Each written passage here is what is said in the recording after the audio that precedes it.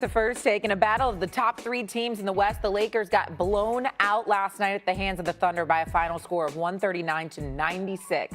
To make matters worse, Luka Doncic left the game with a hamstring injury in the middle of the third quarter, did not return as the Lakers suffered their seventh worst defeat in the team's history. Yesterday on NBA Today, Perk gave us his top 5 title contenders in the NBA, and they went as follows. Number 1, we know this, the Spurs. He thinks, well, I wanted to say cut down the nets, but win the chip. OKC is at 2, Celtics at 3, Nuggets at 4, and then the Lakers at number 5. But how many teams can actually win the Larry O'Brien Trophy in the NBA right now? Stephen A., you saw Perk's list. How many teams do you think are actual title contenders? I'm going to say 7, possibly 8. And the reason I say that is because he didn't have the T-Wolves on the list. Okay, it's possible with Ant-Man. What if he explodes? I mean, we can't just summarily dismiss that. He didn't have my Knicks on the list. Not that they deserve to be based on how they've looked lately.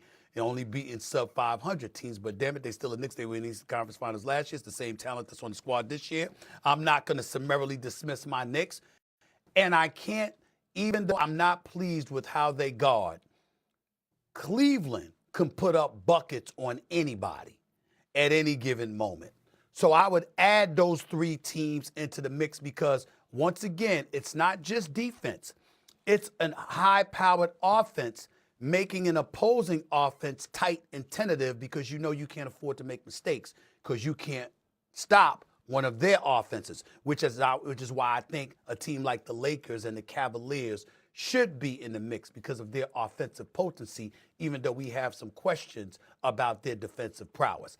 But I would add the Cavaliers, the Timberwolves, and the Knicks to Perk's list, and I would say the number is 8. Originally, I said 7, but I would say 8. Timberwolves over the you know how, Oh, go ahead. Yeah, well, you know how it goes, Stephen. Now, you do lists all the time. All right, you only could put 5, okay? And again, it's my list, not your list or Shay's list, okay, or not the world list. It's fluid. It's fluid. Don't be rude. Don't be rude. It's fluid.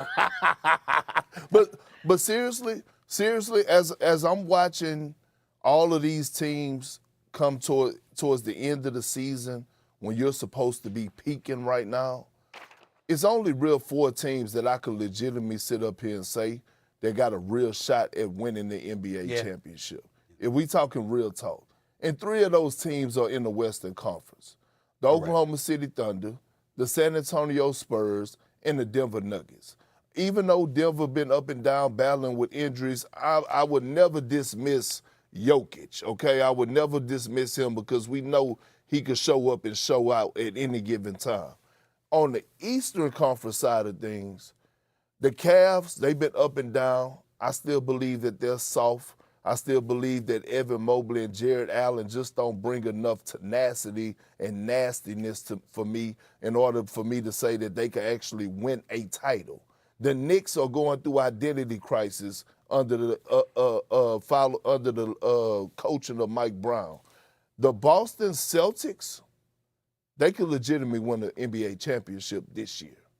Mm-hmm. With the duo and Jason Tatum and Jaylen Brown, the way that they're playing, Jason Tatum, what he has done, winning Eastern Conference Player of the Week last week, how he's been playing, how he looked against the Hornets without Jaylen Brown, how he took a step back to Jaylen Brown when he returned, when they just played in Miami, and he still had a triple-double. So when I think about it and the way teams are peaking and looking right now, one, Stephen A., you're right. You got to get buckets, but you know the saying, defense go win you championships. And when I look at the Spurs, OKC, and Boston, all of those teams are defending their asses off, and all of those teams are top 5 defensively. We both made a mistake. Perk. You did your top 5 list, right? They asked the question, how many teams can legitimately win an NBA title? I said 8. And we basically talked about the core 4. We both had brain fog with this, in my opinion. How do you leave out the Detroit Pistons?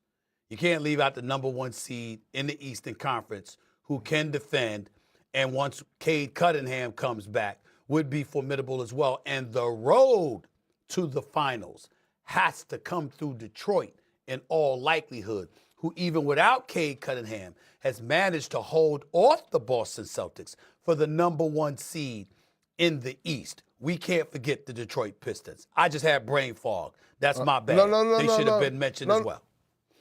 No, but here's the thing, right? And I think it's two separate conversations. Like, we could have a conversation of who's a legit threat to come out of the Eastern Conference. And we could say, yeah, Detroit, Cleveland, absolutely, they got a chance of coming out of the Eastern Conference. But when they get to the promised land, they're not going to complete the mission. But yeah, they have a legit chance of coming out of the conference. I think that's two different conversations. But again, when I look at this top three right here, I think I for sure got the top three right. I mean, I think the list wasn't bad at all, but those top three teams that's on there, the Spurs, OKC, and the Boston Celtics, and the reason being is because both of those teams are not only great offensively, but all three of those teams are outstanding defense. Yeah, I would say to you, can't rule out Denver because Jokic is arguably the best in the game. He's spectacular, and Jamal Murray has been coming on strong. And we know what those brothers do. We know what those brothers do in the postseason. And in the game of basketball, if you have two stars playing like stars, and this supporting cast simply does their job, then Denver is hell to deal with. And on the east side, Detroit, it's not only that they defend, they have size too. So you ain't bullying them around. It's going to be the other way around. I wouldn't sleep on Detroit giving hell for an opposing team in the Western Conference, whether it be San Antonio or OKC or Denver. Detroit has the girth, they have the athleticism, they have the defensive prowess, they have the toughness to compete with anybody. Boston should still be the favorites out of the East. I agree with you there, but I can't dismiss Detroit. In terms of your core five to win a title, OKC, San Antonio, Boston, definitely so. But looking at Denver and Detroit, yes, got to throw them in there. So you'd take the Lakers off the list. And I would push back on the Timberwolves. Yes. Maybe they could come out of the West, but there's no way they're taking down the Thunder or the Spurs. It feels like they're kind of in a separate tier as well. All right, let's go to baseball. Perk, we'll see in a little bit. The Pirates are calling up Konnor Griffin, the #1 prospect in baseball, ahead of their home opener today. Only 19 years old, Griffin would be the first teenage position player to debut since Juan Soto did it in 2018. Our Buster Only has also reported that Griffin is working on finalizing, listen to this, a contract extension with the Pirates for around $140 million over 9 years. He is making his debut today. I just want to point that out. SA, are the Pirates bringing up Konnor Griffin, this generational talent, too soon?